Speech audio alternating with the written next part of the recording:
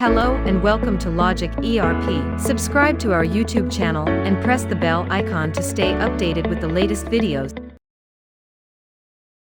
In this video, we are going to discuss about a tremendous feature of Logic ERP that will allow bulk update of rates through Excel sheet. Under Inventory menu, you will find the option of Edit Item Lot Rates from Barcodes.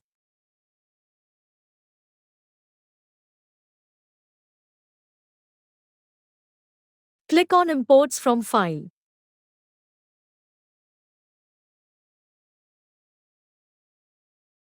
You will find Help button that will display the columns that need to be included in the Excel sheet. Barcode column is mandatory to define. Make sure it is present in Excel sheet. Browse the Excel sheet and tick on Overwrite Existing Rates. Then, click on Refresh button. The rates defined in Excel sheet have been imported in few clicks. This option is truly a time saver.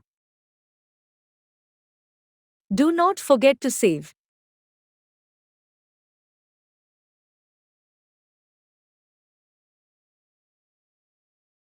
I hope this video was helpful. Thanks for watching. Like, share and subscribe.